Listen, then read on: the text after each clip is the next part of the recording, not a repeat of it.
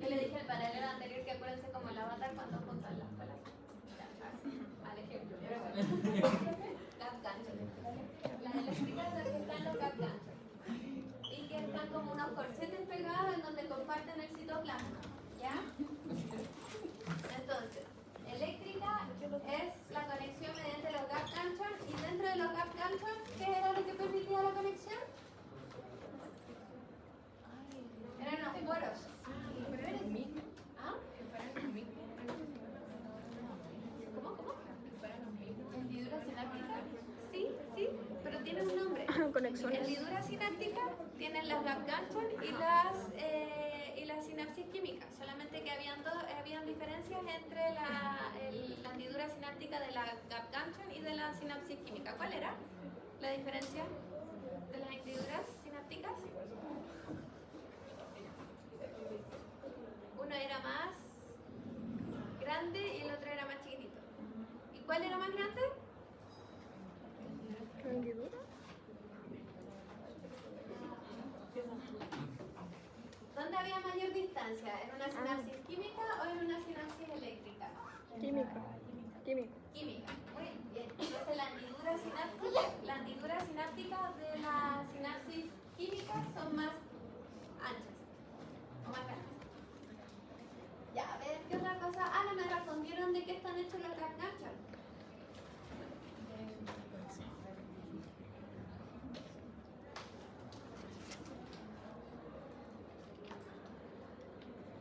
Eran unos canales muy abiertos que se llamaban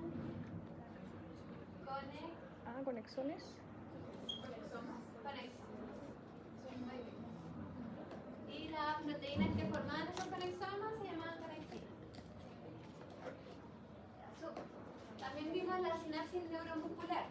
¿Cuál era el principal neurotransmisor que liberaba la neurona motora al músculo? Acetilcolina. Acetilcolina. Muy bien. ¿Y la acetilcolina qué provocaba?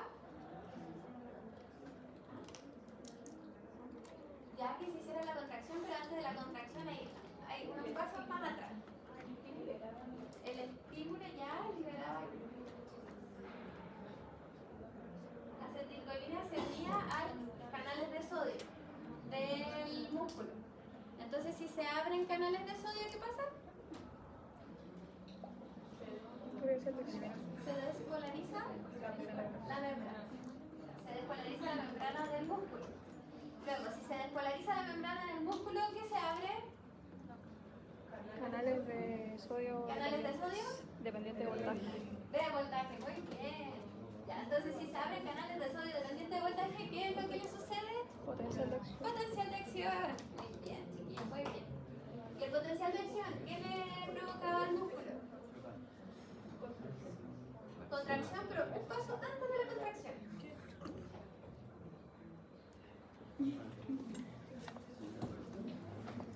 Una molécula que está en las cáscaras de huevo. ¿Cómo? ¿Qué está en el huevo? Grítale. ¿Tú tienes hecho de tu casa? ¿Qué está en los huevos? ¿Qué está en los calcio? Muy bien, calcio, sí. A las proponinas. Muy bien, ya entonces el potencial de acción provocaba que se liberara calcio y ese calcio se va a unir a las proponinas. Y las proponinas van a permitir que la actina y la miosina se contraigan, ¿ya? Y eso va a ser el movimiento de contracción muscular. Muy bien, chiquillos. Ya, entonces ahora, hoy día,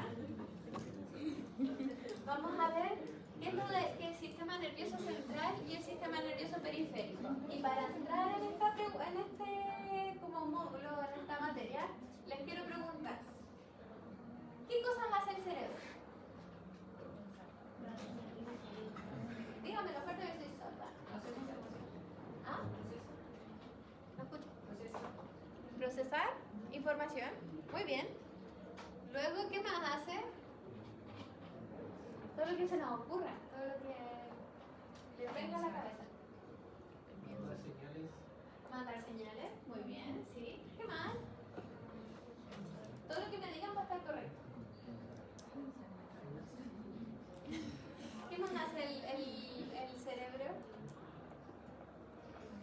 movimiento. Controla movimientos, muy bien. Los hace reírse, los hace hablar, los hace pensar, los hace mover sus órganos, los hace respirar, etcétera. Son muchas funciones que cumple el cerebro.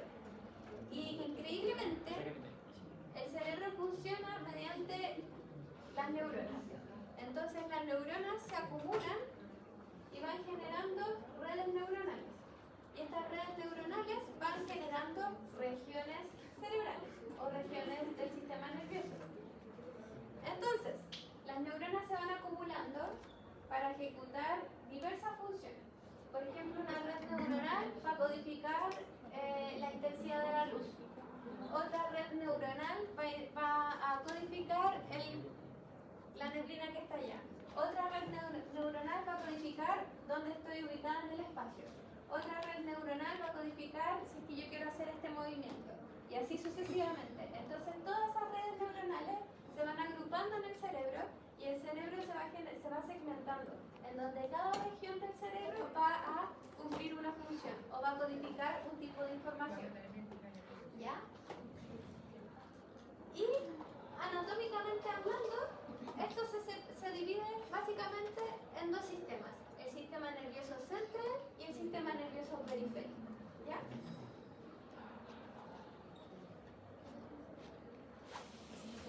Entonces, el sistema nervioso periférico se compone de el encéfalo y el tronco encefálico. Y dentro del tronco encefálico va a estar el mesencéfalo, la protuberancia y el bulbo raquídeo. Y dentro del encéfalo va a estar el cerebro, el diencéfalo, el tronco encefálico y el cerebelo. Y por otro lado tenemos la médula espinal. Entonces el sistema nervioso central se compone de el encéfalo y la médula espinal, en donde cada parte se va dividiendo en distintas subregiones.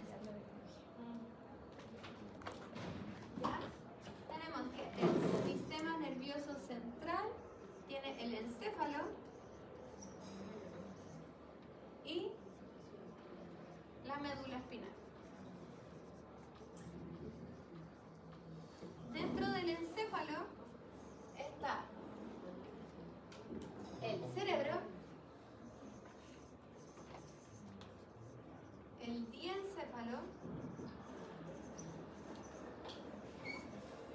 el tronco encefálico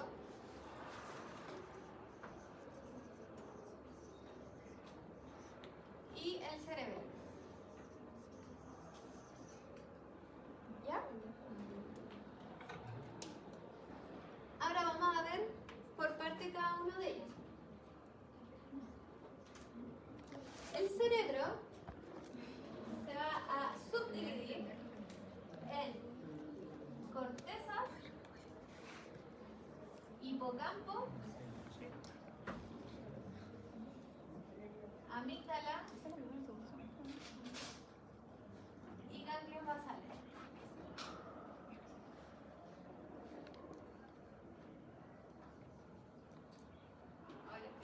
Bueno, ya. Entonces, el cerebro, o sea, el encéfalo es todo lo que ven ustedes acá. El encéfalo vendría siendo todo esto y la médula espinal hacia abajo. Y el encéfalo se subdivide en distintas regiones o estructuras. Está el cerebro, que es eso celeste, el diencéfalo, que vendría siendo todo lo que está acá adentrito como rojo, el tronco encefálico, que vendría siendo como lo naranjo y lo rosado, y el cerebelo, acá atrás. ¿Ya? Entonces vamos viendo por partes. El cerebro se divide en la corteza, que la corteza viene siendo toda esta región de color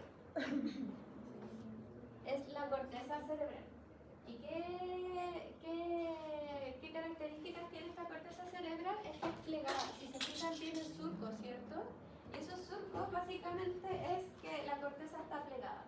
Resulta que con la evolución una de las cosas que nos caracteriza como seres humanos y que nos caracteriza con distintos otros tipos de mamíferos es que la corteza, por ejemplo, de un ratón es lisa, no tiene surcos, no está plegada. En cambio, la corteza de un humano o también de un delfín está súper plegada. ¿Y por qué?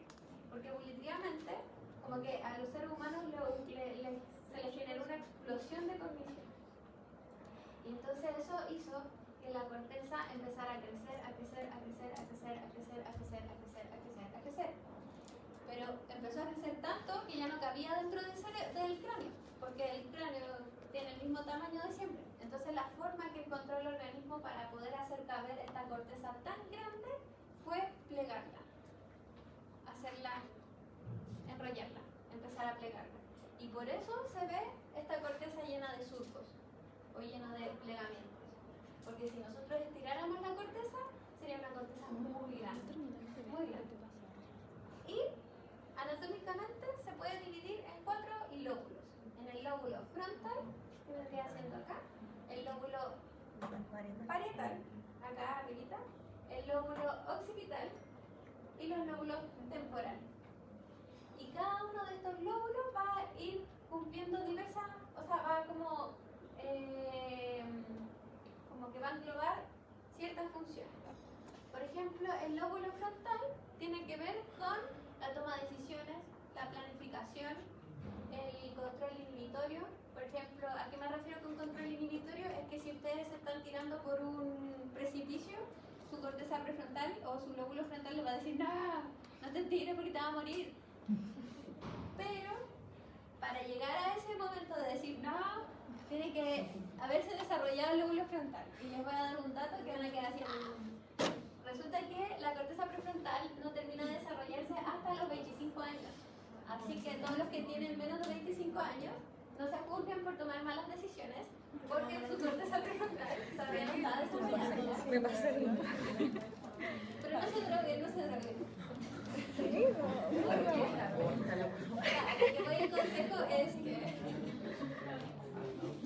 que no traten de, antes de que su cerebro no se desarrolle, traten de mantenerlo sanito. A eso voy. Ese es el consejo para ustedes. Así que no lo olviden, la corteza prefrontal o el lóbulo frontal se termina de desarrollar a los 25 años. Por eso un adolescente, de repente uno dice, pero acá, ¿cómo toma estas decisiones? Y es porque no tiene su corteza prefrontal todavía desarrollada. Así que no juzguen. Ya.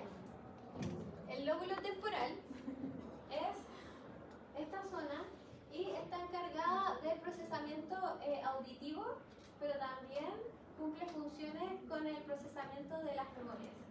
Entonces, porque debajo de este lóbulo temporal se encuentra el hipocampo.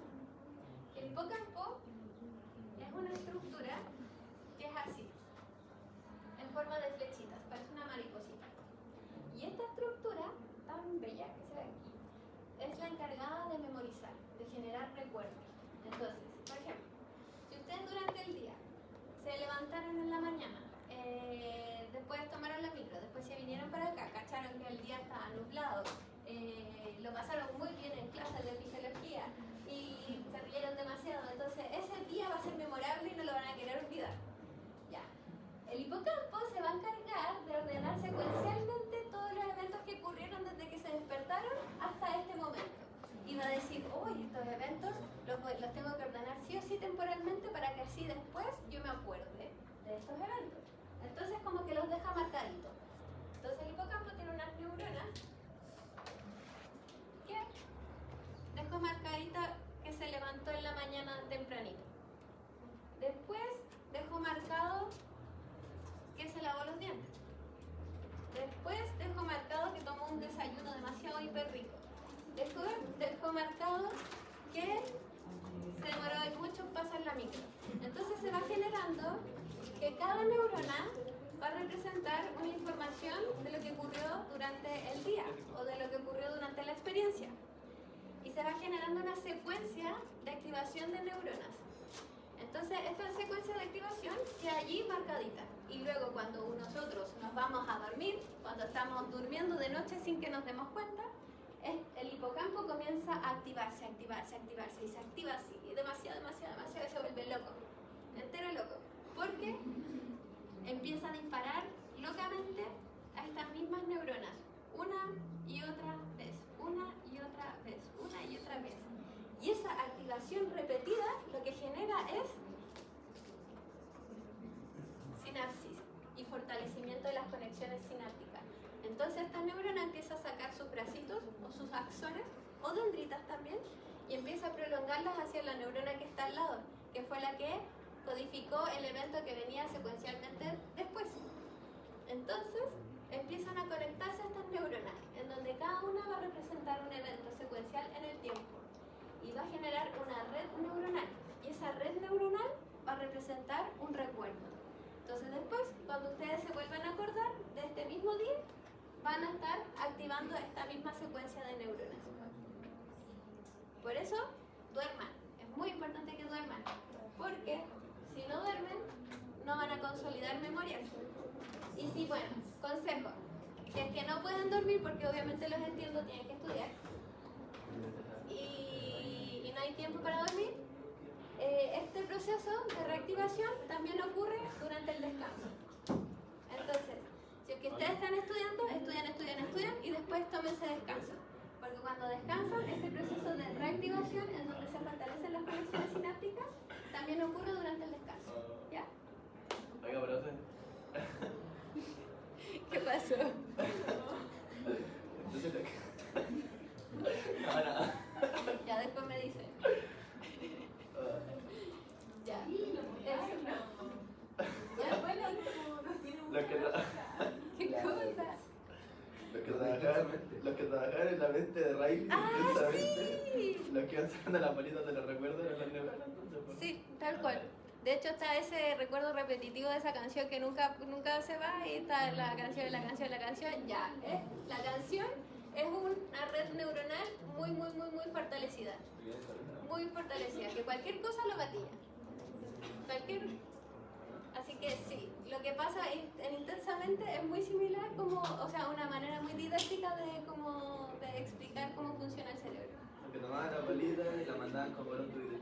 Y de hecho, el hipocampo es el encargado de generar el ensamble neuronal, pero este ensamble va a ser tomado y va a ser enviado a las cortezas, al centro de comando, como lo del Riley.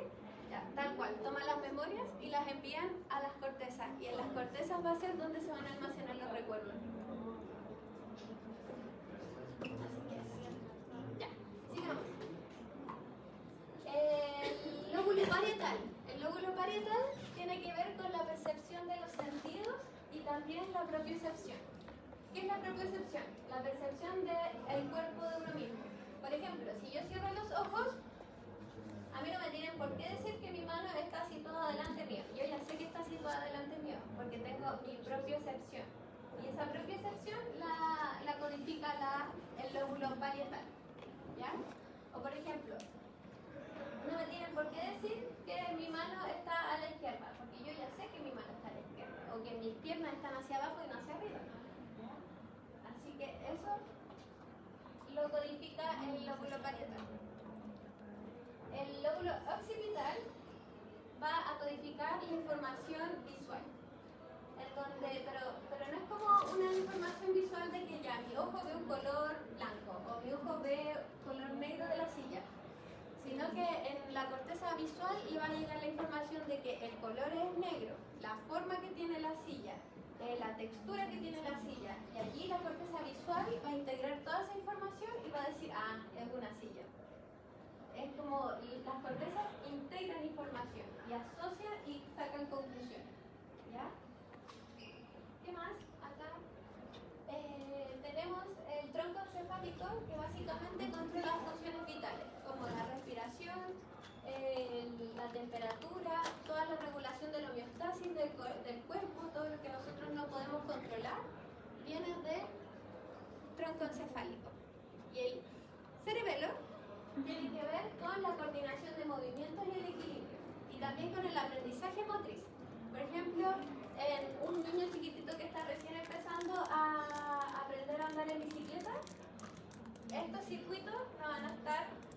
conectado en el cerebelo. Pero una vez que ya lleva hartas prácticas, el cerebelo va a empezar a generar circuitos que van a representar ese movimiento de andar en bicicleta ya totalmente perfeccionado. Van a empezar a generar más conexiones sinápticas. Ya. Ahí está para que lo colorean después. No, ya estaba. Ya. Luego, ya hablé de las cortezas. Ahora, ya les hablé del hipocampo también. El hipocampo está por acá.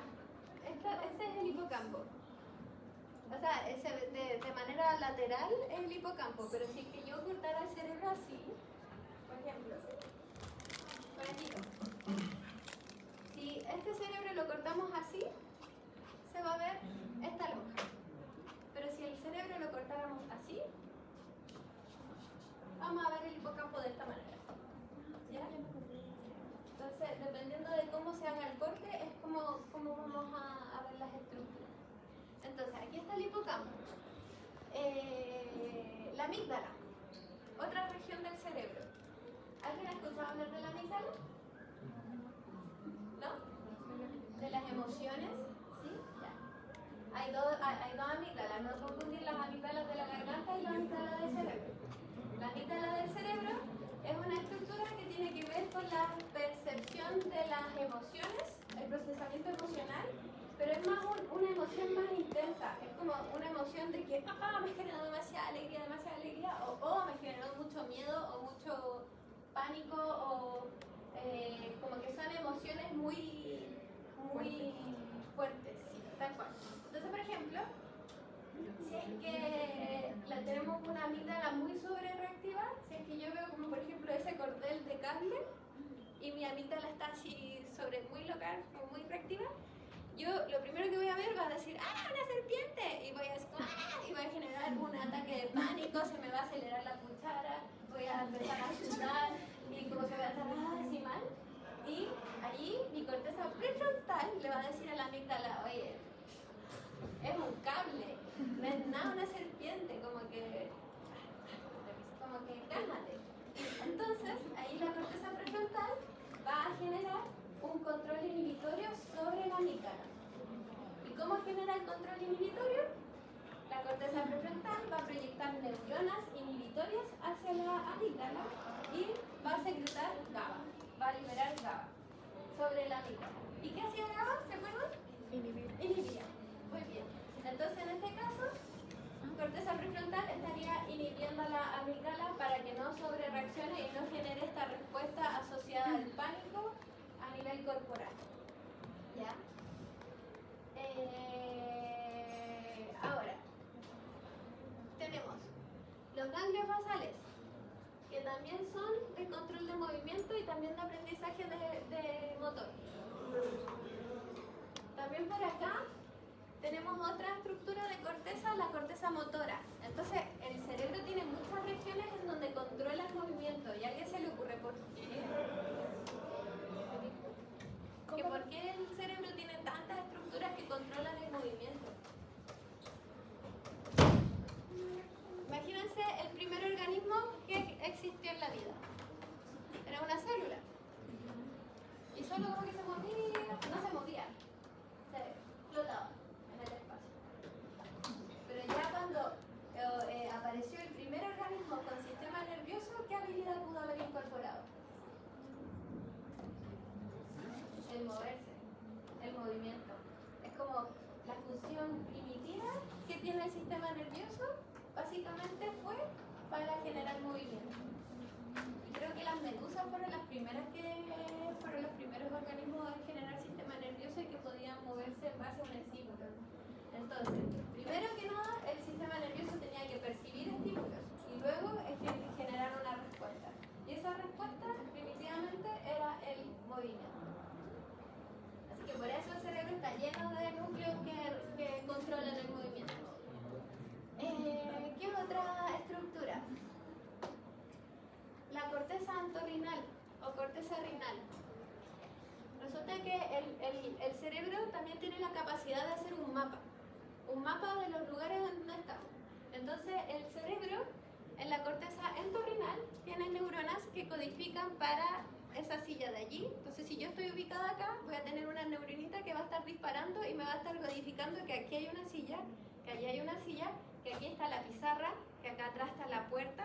Entonces, la corteza entorrinal empieza a hacer un mapa del lugar en el que estamos o del entorno en el que estamos. Y el hipocampo tiene unas neuronas, además tiene otras neuronas, que codifican la ubicación en la que estamos. Entonces, si yo estoy aquí, voy a tener neurona 1 disparando. Si yo estoy acá, voy a tener otra neurona 2 disparando. Pero ya la neurona 1 no va a disparar porque estoy acá. Este lugar le corresponde a la neurona 2. Si estoy acá, a esta neurona le corresponde la neurona 3. Entonces, esta neurona va a disparar esta neurona va a cachar que yo ya no me tengo que seguir moviendo por acá porque mi corteza entorrinal dice que aquí hay una neurona de la corteza entorrinal dice que aquí hay una mesa. Entonces, el hipocampo con la corteza entorrinal trabajan en conjunto para, una, representar el mapa y para otra, ubicarme a uno mismo en el mapa. Esa es otra de las funciones que tiene el cerebro. Es un GPS. Luego, ¿qué tenemos? El tálamo. El tálamo, aquí ya pasamos, miren, el cerebro ya vimos corteza, hipocampo, amígdala y ganglios basales. Ahora nos vamos al diencéfalo. En el diencéfalo está el tálamo y el hipotálamo. El tálamo es como una puerta. El tálamo está acá. El tálamo va a estar conectado con el tronco encefálico y con todo el sistema nervioso periférico. Entonces, el cuerpo va a empezar a percibir estímulos sensoriales, como por ejemplo el tacto, olores, estímulos visuales, y todo eso va a empezar a subir y va a llegar hacia el sistema nervioso central. Entonces el tálamo va a decir, ok, tu información sensorial es visual, por lo tanto tu información sensorial visual tienes que irte a la corteza visual. Después le llega al tálamo otra información de los olores. Tú eres información olfativa, así que ándate a la corteza olfatoria. O una información auditiva, le llega al tálamo información auditiva, entonces el tálamo envía esa información a la corteza auditiva y así sucesivamente. El tálamo es como la puerta de entrada del sistema sensorial y los envía a la corteza siguiente. Y entre cortezas también se van a estar enviando esta información. Por ejemplo, tenemos la corteza prefrontal, que es una corteza de asociación, que va a recibir información de las cortezas visuales, de la auditiva, de la olfativa, etc. Por ejemplo, si tengo muchas ganas de comer pan y mi corteza prefrontal está visualizando, está pensando en comer pan, y resulta que empiezo a sentir un olor a pan. Y es como, ¡ay, qué rico el pan! Entonces empiezo a sentir el olor. Después veo que llegó el panadero con el pan. Y mi estímulo sensorial va a ser la visión de un pan. Entonces todo eso se va a ir a integrar a la corteza prefrontal. Y la corteza prefrontal va a tener la información del olor, de lo visual, de las ganas de mi guata que me rugen por comerme un pan.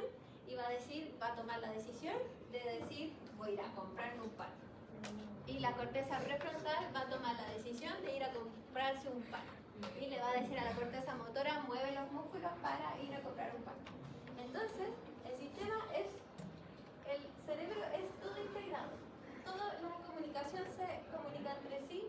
Las distintas regiones están totalmente conectadas para ejecutar acciones. Acá. Estas son dos visiones distintas. Por ejemplo, aquí está la amígdala, acá está el hipocampo, aquí los ganglios basales, la corteza motora, el cerebelo, la espina dorsal, que es la médula dorsal. Y acá ya podemos ver el hipotálamo, que es esto verde, y el tálamo, que es esta puerta de entrada. Ya vamos a ver para qué sirve el hipotálamo, que lo estoy dejando para el final.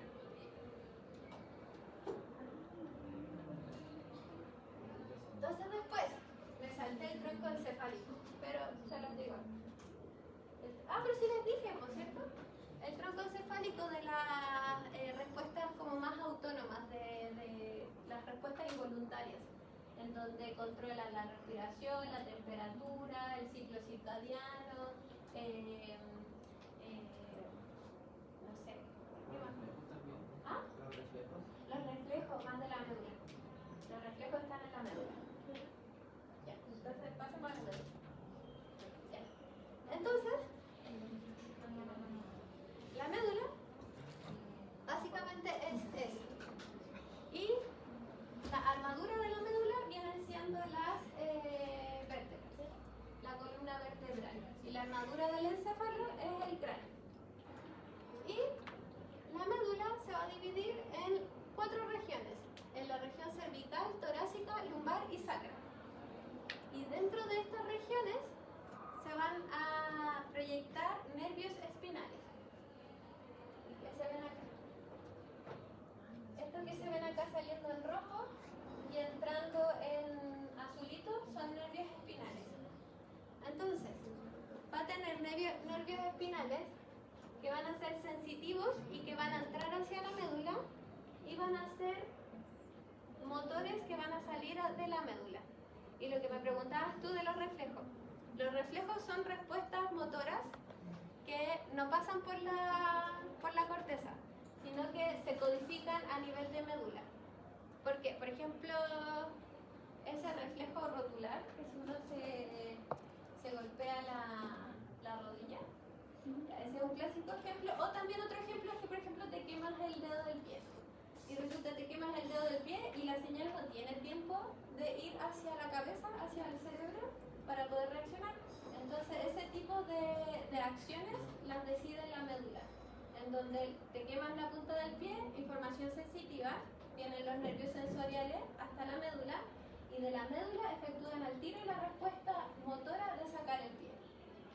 Entonces, eso es como la diferencia del reflejo versus como una respuesta motora mucho más elaborada. Que el reflejo es todo a nivel de médula y no llega a la corteza. En cambio, una respuesta motora más elaborada de decisión que voy a mover el pie pasa por la cabeza.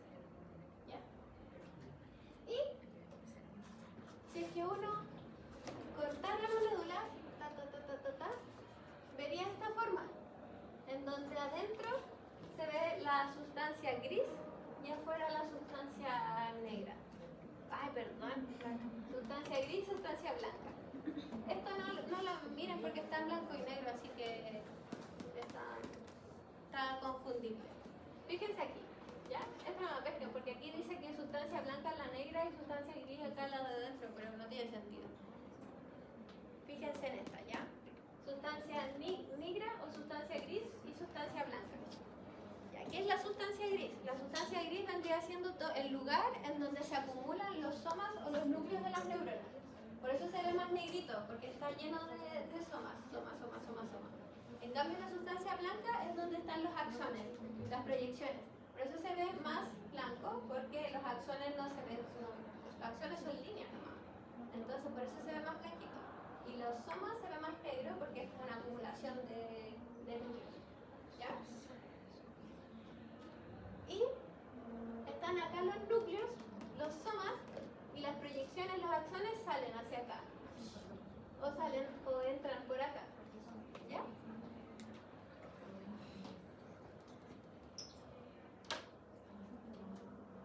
Ya. Acá, más que nada, para que vean, porque cierto que ya hemos hablado sobre neurotransmisores. ¿Se acuerdan para qué era el glutamato? Neurotransmisor glutamato. Todo esto que yo les digo de ¿se acuerdan de tal cosa? Pregunta de prueba. ¿Para qué era el glutamato? ¿Ah? El glutamato se mezclaba con algo más para hacer la función. Se unía algo más. Eso, se unía algo más. Se unía algo más. ¿Y qué era el glutamato? ¿Qué era? Un neurotransmisor. Y se une a Canales de sodio. canales de sodio, dependientes de Ligando. ligando. Muy bien. Y si se habla canales de sodio, Sinapsis excitatoria. sí. porque entra sodio y se vuelve el sodio es positivo. Por lo tanto, se vuelve más positiva la membrana de la célula, por ende se despolariza. Y si se despolariza, ¿qué se abre? Dependiente de voltaje. Bien. Y si se abren los canales de sodio dependiente de voltaje, ¿qué se genera? Sí, muy bien. Ya, muy bien. Ya. Entonces, resulta que hay más de un neurotransmisor, son muchos neurotransmisores. Entonces ya vimos el GABA y el glutamato. El GABA era el inhibitorio y el glutamato el excitatorio.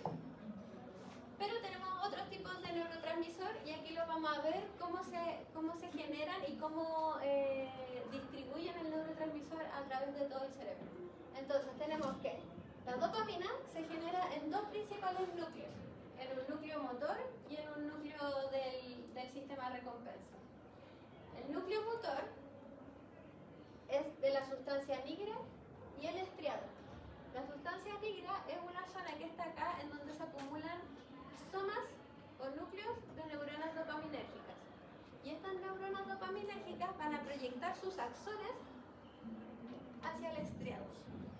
Y sus axones van a ir a liberar dopamina por todo el cerebro. ¿Ya? Y este núcleo de sustancia negra y estriado, estas neuronas que comienzan acá y proyectan hacia acá, tiene que ver con el sistema motor. Y de hecho, cuando las personas se enferman de Parkinson, las primeras neuronas que mueren en el Parkinson son las neuronas de la sustancia negra. Y por eso se empiezan a generar temblores o problemas locomotores. Porque estas zonas están cargadas de la movilidad del sistema motor. ¿Ya? Y por otro lado tenemos otro núcleo, que es el PTA, que aquí es donde están los somas de las neuronas dopaminérgicas que proyectan hacia el núcleo accumbens y también suministran de dopamina a la región del cerebro. Y la función que tiene este núcleo es el sistema de recompensa, o sea, el placer. Cuando ustedes sienten placer, se libera dopamina. O cuando están en recompensa, cuando están jugando un videojuego, o cuando están, no sé, comiendo algo rico, o no sé, no voy a decir más cosas, pero se libera dopamina. Y este núcleo, el del PTA con el núcleo accumbens, es el encargado de liberar dopamina, ¿ya?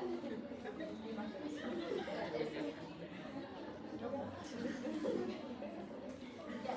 Por otro lado está la noradrenalina, que también se conoce como norepinefrina, y es utilizado, y se produce la norepinefrina en el locus coeruleus. Y el locus coeruleus va a distribuir norepinefrina para todo el cerebro. Y este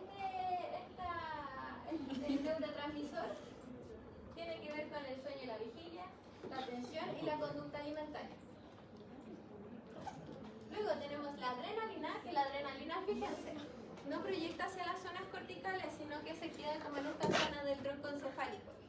Y las principales neuronas productoras de adrenalina son las neuronas adrenérgicas vulpares, que están acá en esta zona. La adrenalina se secreta más a nivel sistema nervioso periférico, por eso no la vemos aquí. Bueno, y las histaminas, por otro lado, tenemos que se originan en el núcleo tuberomamilar del hipotálamo y proyectan o abastecen al cerebro mediante ese núcleo. Y están relacionadas con las histaminas producen atención, producen estar despierto, también modulan reacciones alérgicas y generan inflamación o como vasodilatación también.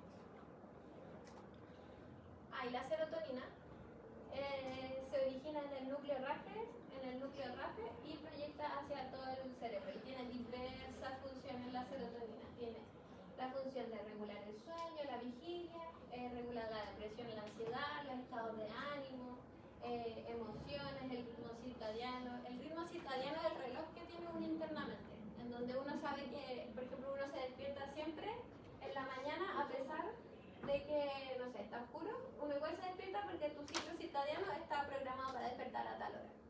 ¿Entiendes?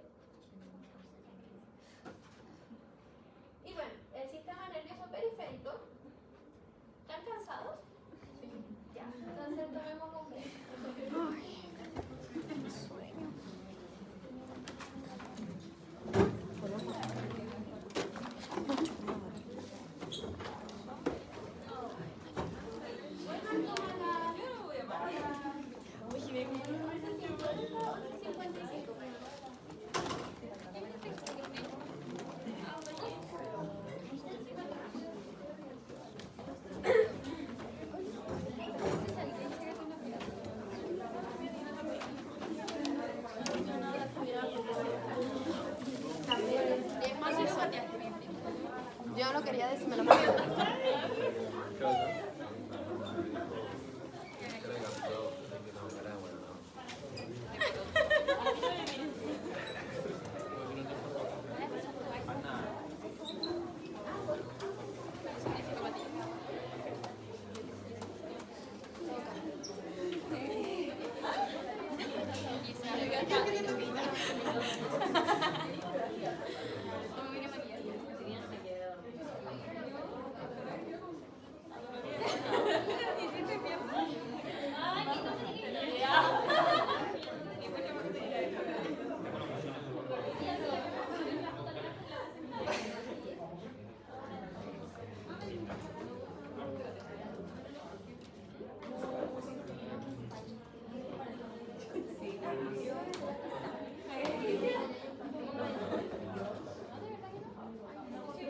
¿Para comprar? No, tienes que tener sangre fría. Para que no te caliente. ¿Tienes la sangre caliente, por favor? Me gusta estar.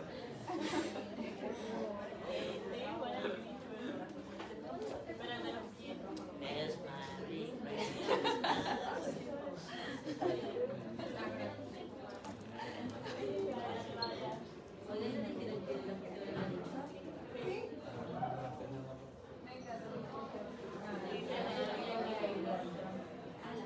Me requiere el agua.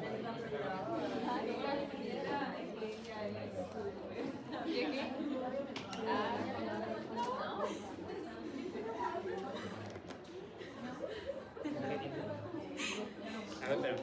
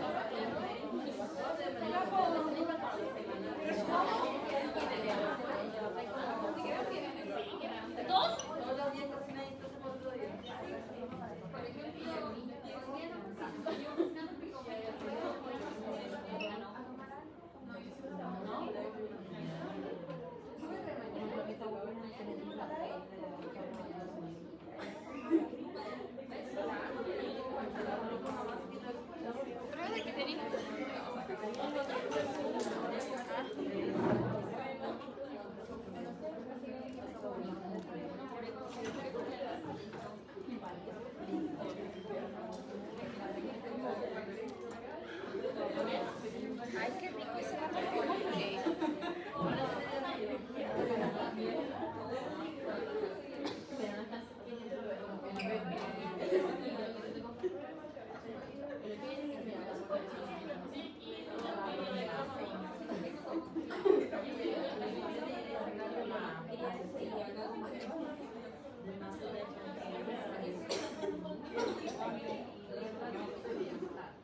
Gracias.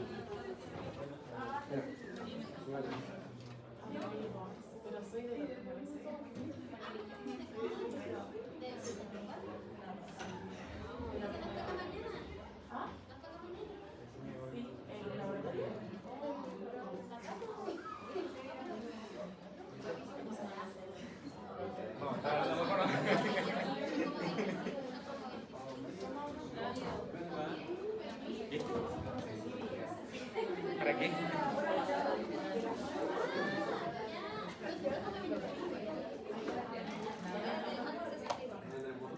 ¿Es real, what the fuck?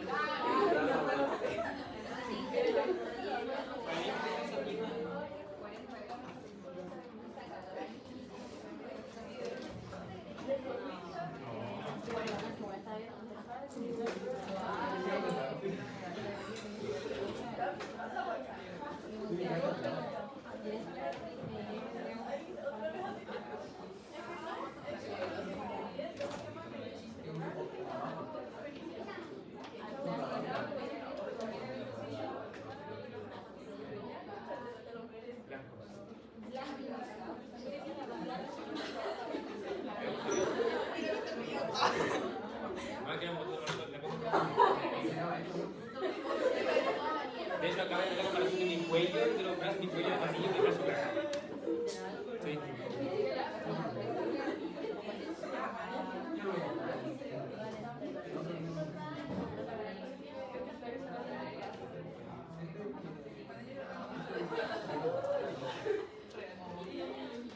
Ah.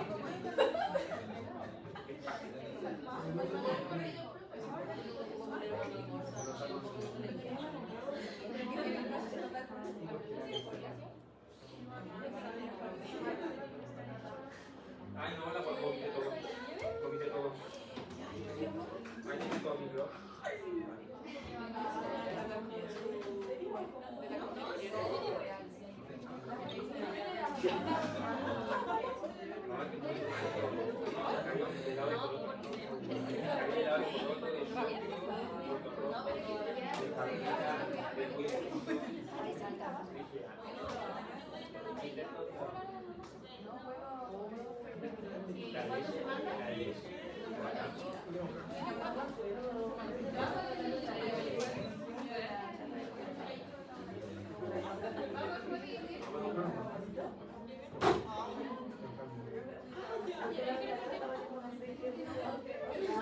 No, porque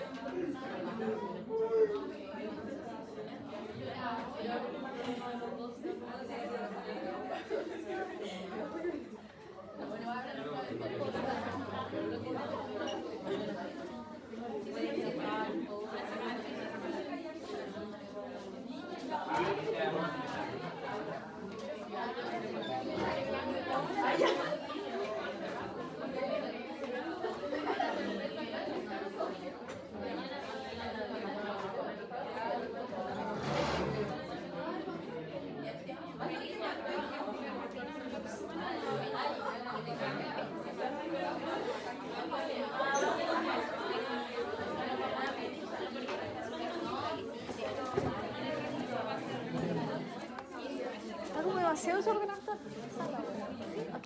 Asquerosa la sala, weón. Todo desordenado, weón. Hedionda, desordenada, weón. Llena de weas.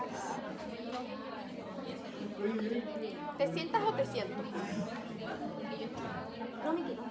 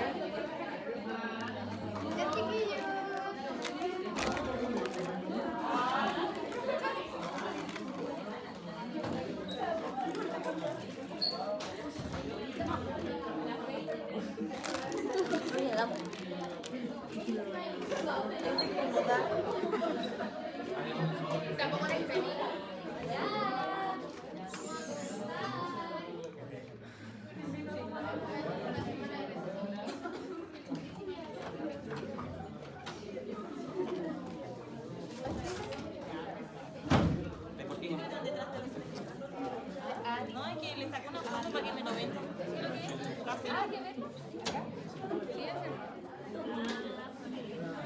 No, Flavio, boté tu cargador. Ay, ¿por qué tienes mi cargador tú? No sé por qué lo dejaste ahí. Gracias. Me compré 2 hojas.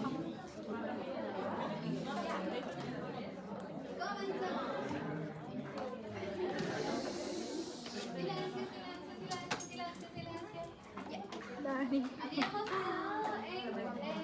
Ya habíamos pasado todo el sistema nervioso central, ¿cierto? Que básicamente era el encéfalo y la médula espinal, donde el encéfalo tenía el cerebro, el diencéfalo, el troncocefálico y cerebelo, y lo vimos completo. Ahora nos toca ver el sistema nervioso periférico.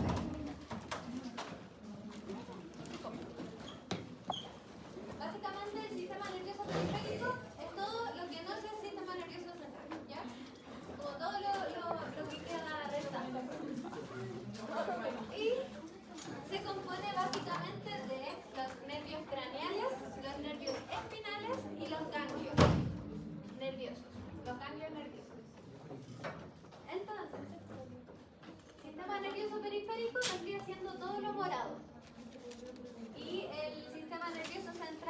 amarillo.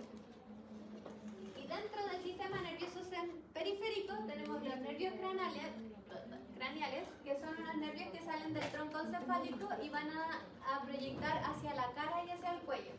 Y estos nervios craneales van a generar el movimiento y la sensibilidad de la zona de la cara y el cuello. De hecho, aquí hay un nervio, el trigémino, que yo creo que ya lo han... Muy bien, qué bueno. Porque no. Pero yo creo que lo vamos a ver en más detalle en fisiopatología, ¿ya? Ahí lo vemos en detalle.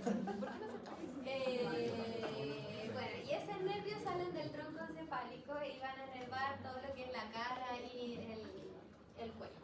También están los nervios espinales, que son los que salen de la médula espinal. Y los ganglios nerviosos, que básicamente los ganglios es como una acumulación de somas. Entonces hay regiones a lo largo del sistema nervioso periférico que van a tener como aglomeraciones de somas de neuronas o núcleos de neuronas. Y esas aglomeraciones son los ganglios, ¿ya? Ganglios. Y el sistema nervioso periférico tiene como básicamente dos funciones. Una, percibir la información sensorial y llevarla hacia el sistema nervioso central. Y dos, desde el sistema nervioso central, enviar información hacia sistemas motores o a la ejecución motora para efectuar una acción. ¿Ya?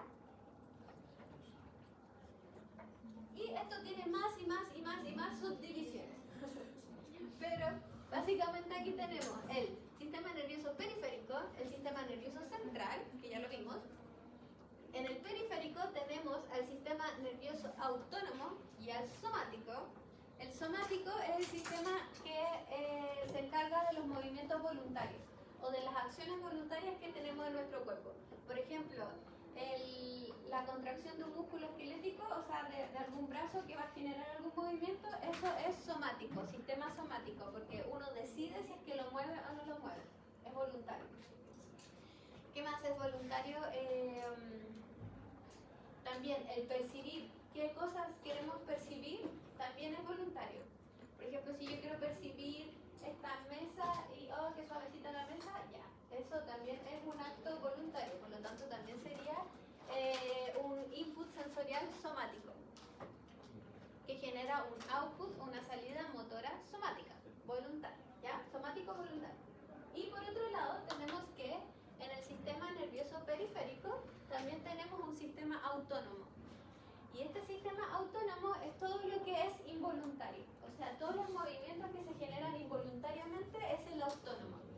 Es decir, las vísceras, o vísceras me refiero como con los órganos internos, que serían los intestinos, eso no lo controlamos, no controlamos cuando se nos ponen las tripas.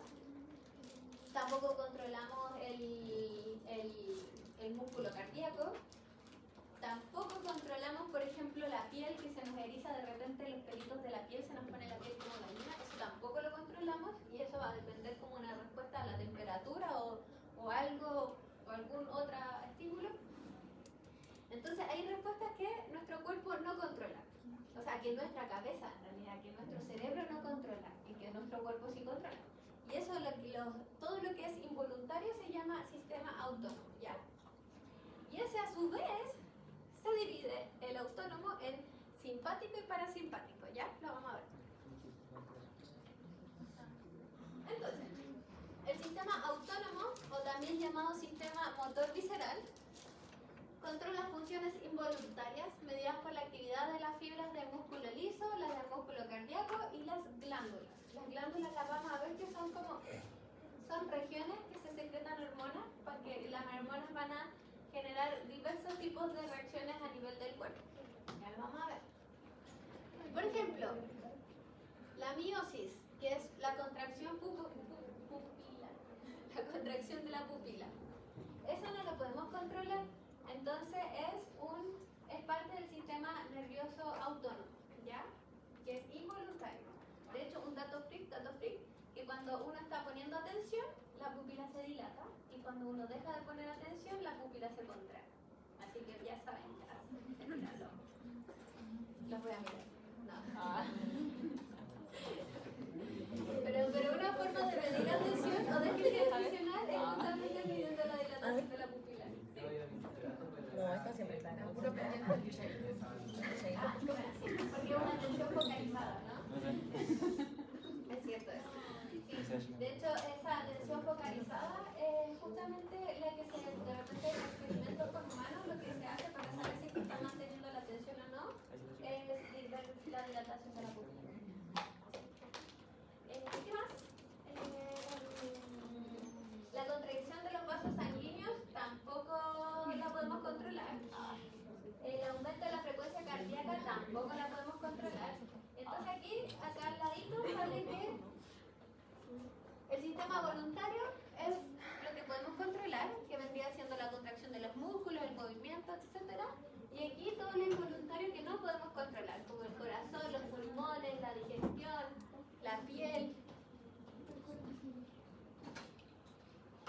Y este sistema está principalmente mediado por el hipotálamo y el tronco encefálico. ¿Se acuerdan que les dije que el tronco encefálico estaba encargado como de la respiración, de la homeostasis, de controlar la temperatura? Ya.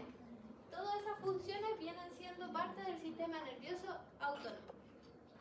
Y los principales efectores o como gobernadores o jefes vienen del sistema nervioso central, que vendría siendo el hipotálamo y el tronco encefálico. Entonces ahora tenemos que el sistema autónomo se divide nuevamente en sistema simpático y en parasimpático. El simpático es cuando el cuerpo se prepara para la lucha o para cuando tiene que huir. Entonces decide entre si es que huye o lucha. Y cuando estamos en una situación de riesgo, por ejemplo, si lo están asaltando así, entrega todo, uno no sabe cómo va a reaccionar. Uno puede reaccionar así, defendiéndose y golpeando al malhechor, o simplemente huir. Pero como que de repente uno dice así como, pucha, debería haber reaccionado de tal forma, pero ese reaccionado de tal forma no pasa tanto por nuestra cabeza. Es un sistema autónomo. Entonces es involuntario. Así que no se juzga cómo reacciona. ¿Y qué le sucede al cuerpo cuando se tiene que preparar para la lucha o la huida? Una, se dilatan las pupilas. ¿Se acuerdan que les dije que había que poner atención y cuando uno pone atención se dilatan las pupilas? Entonces cuando uno está en una situación de estrés tienen que abrir las pupilas. Bueno, se abren solas, no es que uno tenga que hacer. También se relajan las vías aéreas, se acelera la frecuencia cardíaca, empieza a generarse sudor, se inhibe la digestión, porque sería muy mala suerte que se active la digestión en una situación así. Pero lo que sí es mala suerte es que se activa las vías urinarias. No sé si han visto a los perritos que cuando se asustan se hacen pipí. Es por eso mismo. Porque se relaja la vejiga. También se inhibe la actividad del intestino, y etc. Y en el sistema nervioso parasimpático es todo lo contrario. Aquí ya es para decirle al cuerpo relájate. Es un estado en donde el cuerpo está en reposo y descansa o está listo para digerir. Descansar o digerir. ¿Ya? Aquí las pupilas ya vuelven a su... Bueno, se contraen las pupilas porque ya no hay necesidad de poner atención. Se disminuye la frecuencia cardíaca, se estimula la digestión. Ahora sí el cuerpo dice, ya estoy en mi modo de reposo, así que puedo digerir. También se estimula la contracción de la vejiga.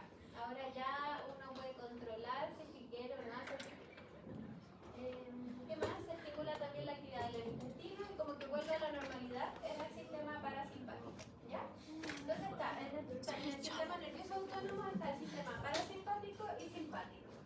El parasimpático de reposo, descansar y digerir, y el simpático de huida o de lucha. ¿Ya?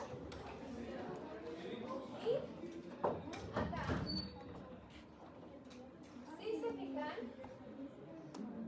aquí hay una cosa recorrida de una estructura, ¿cierto? ¿Lo ven? Ya.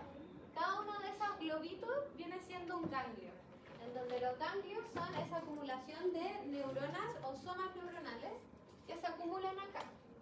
Y entonces vamos a tener dos tipos de neuronas. Una neurona preganglionar, una neurona preganglionar y otra postganglionar. En donde la preganglionar, no puedo, ganglionar,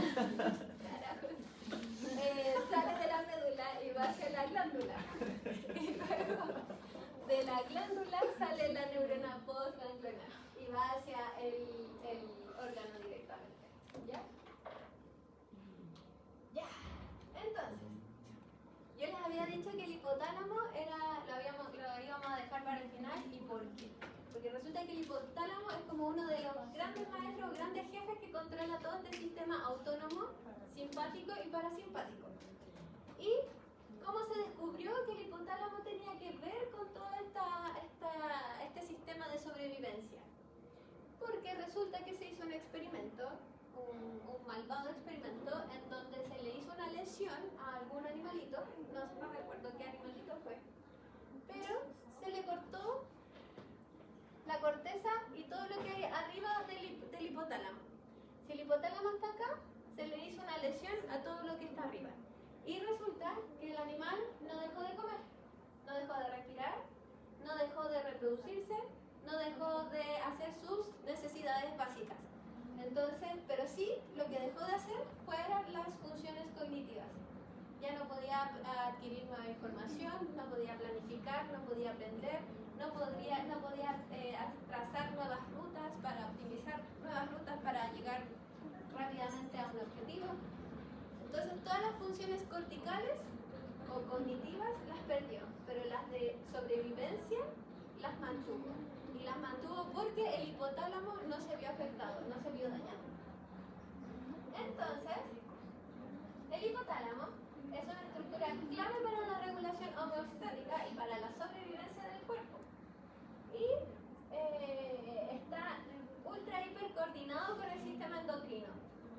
¿Por qué? Porque el sistema endocrino, o sea, el hipotálamo va a ser como el jefe, el que va como a tomar la información de la corteza, la información de las vías sensitivas, y va a decir, y va a censar cómo está el cuerpo.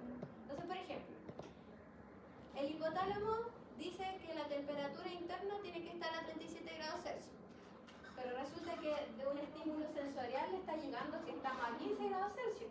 Entonces el hipotálamo va a decir, no, pues, tenemos que estar a 37 grados Celsius, así que va a activar toda una respuesta para poder volver a tener una temperatura de 37 grados Celsius. ¿Se entiende? Ya. Entonces, el hipotálamo va a integrar la información que le viene de la corteza. Por ejemplo, si le viene información de la amígdala, que le dice así como, ¡ah, una serpiente, una serpiente! El hipotálamo va a decir así como, ya, ¿realmente una serpiente? Ya, entonces tengo que generar que el cuerpo empiece a aumentar la frecuencia cardíaca, empiece a sudar, empiece como a activarse el sistema simpático, el huida, y el hipotálamo va a generar toda una reacción hacia abajo para activar esa activación que tuvo la amígdala de haber visto un cable y de haber pensado que era una serpiente. Y no. Así que eso es lo que hace el hipotálamo, como que le llega información de corteza y sensorial y decide qué acción tomar con respecto al cuerpo. Ya. Y está muy ligado con el sistema endocrino, principalmente con la estructura hipófisis, que es esta que se ve acá. Entonces, aquí está el hipotálamo y aquí está la hipófisis. Y la hipófisis es una glándula endocrina que va a secretar diversas hormonas, y estas hormonas van a ser secretadas en el torrente sanguíneo y van a ir a distribuirse a todo el cuerpo y van a ir a generar diversas respuestas o funciones en el cuerpo. Ya. Entonces, ¿qué es el sistema endocrino? El sistema endocrino básicamente es un conjunto de glándulas y órganos. Las glándulas son lugares en donde se hormonas y se van a elaborar hormonas y se van a liberar al torrente sanguíneo. Entonces eso es algo muy importante del sistema endocrino, que va a generar hormonas y se van a liberar estas hormonas al torrente sanguíneo. Entonces si estas hormonas se liberan al torrente sanguíneo, pueden pasar por todo el cuerpo, pueden fluir a través de todo el cuerpo, pero solamente van a reaccionar las células que tengan receptores para dichas hormonas. ¿Ya?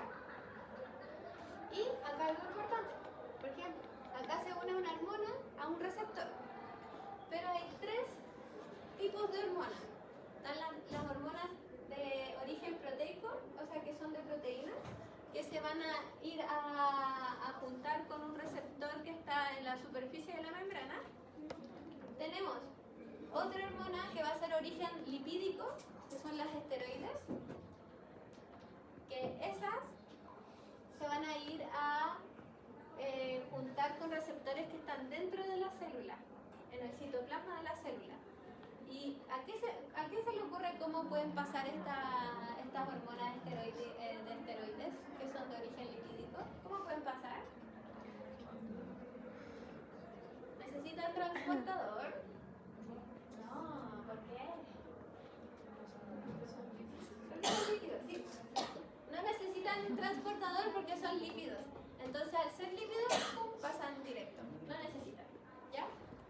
Entonces tenemos las hormonas que son de proteína, hormonas que son de lípidos, que son los esteroides, y hormonas que son de aminoácidos, que son las... ahí se me olvidó el nombre. Las tirosinas.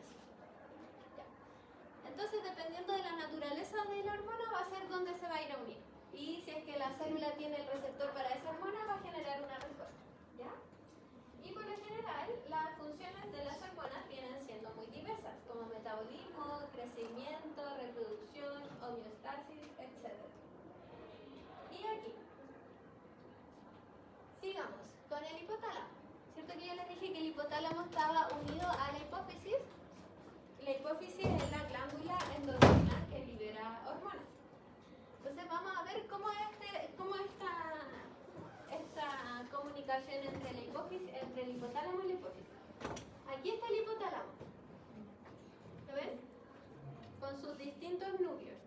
Y todo esto es la hipófisis. ¿Ya?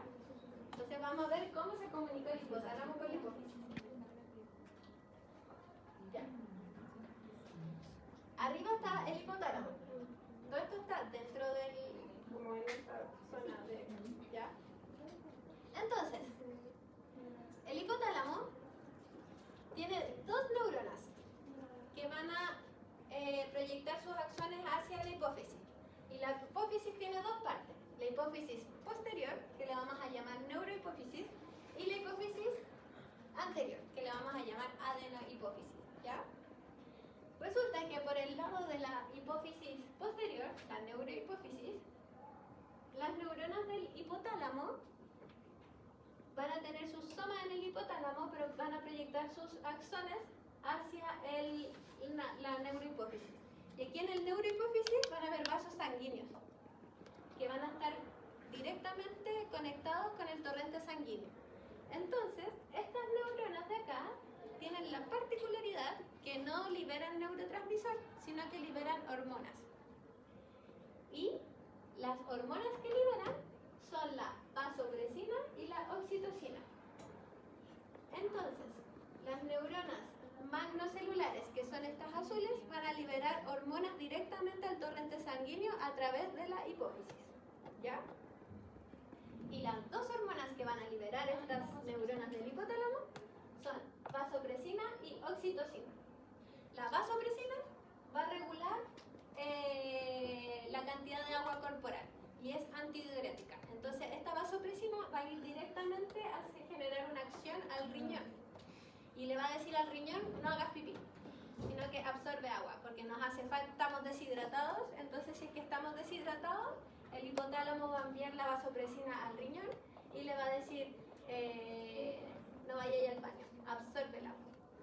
Y también tenemos por otro lado la hormona oxitocina, que esta hormona tiene dos grandes funciones.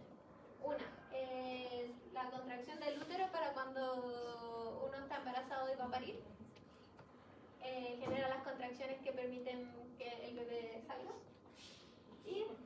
también la lactancia materna también tiene que ver con una estimulación por la liberación de la hormona vasopresina.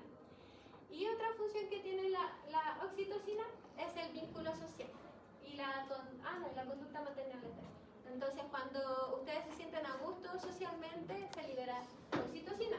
O cuando se sienten a gusto con alguna persona, también se libera oxitocina, porque se genera, es como la hormona del vínculo, la hormona del amor.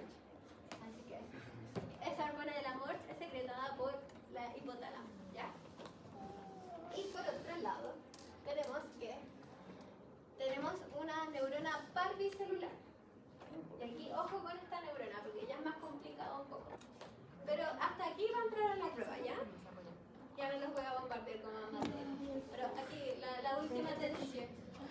Ya, tenemos estas neuronas parvicelulares, que sus somas están en el hipotálamo, o sea, sí, y proyectan sus axones hacia la adenopófisis, hacia esta parte de la hipófisis. Y estas neuronas van a liberar hormonas a estos vasos que se encuentran aquí, pero son vasos que están como contenidos por la adenopófisis.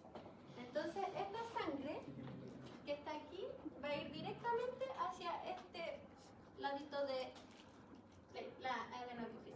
Entonces, esa sangre con hormonas van a ir directamente hacia células que tiene la adenopófisis en esta región, ¿ya? Y principalmente, las neuronas parvicelulares van a secretar 6 tipos de hormonas. Entonces, estas neuronas van a secretar 6 tipos de hormonas que van a ir hasta vasitos sanguíneos, y estos vasos sanguíneos van a liberar sangre hasta a ciertos tipos de células que van a estar acá en la adenopófisis.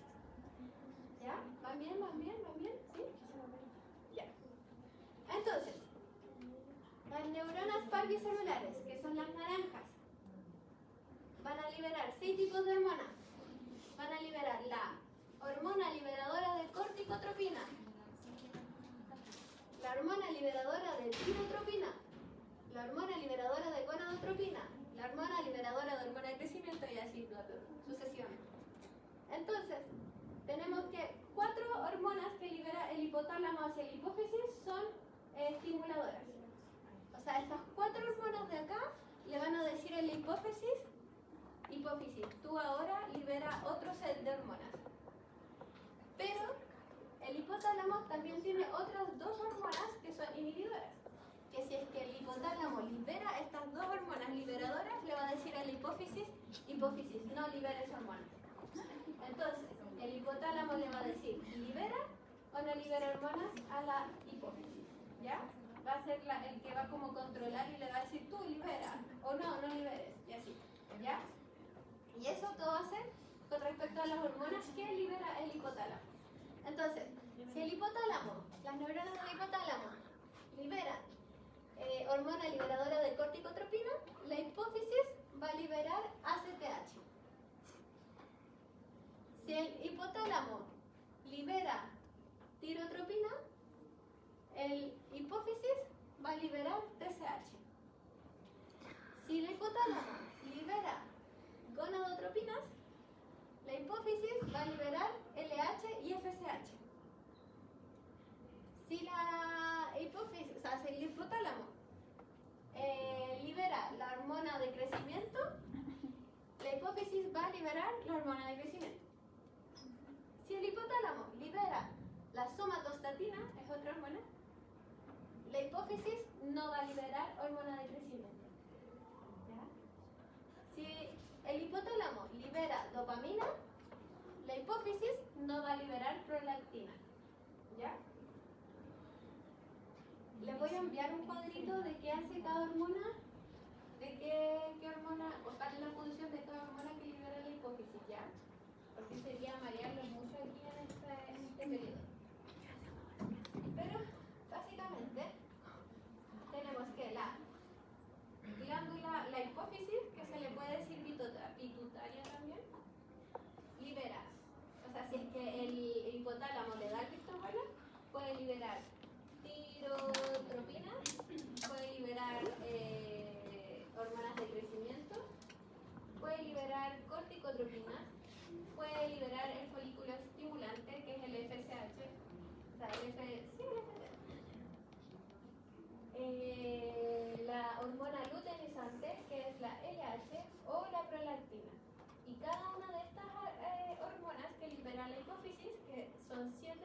con ciertas hormonas que libera la hipófisis, va a ir a cumplir una función a nivel corporal.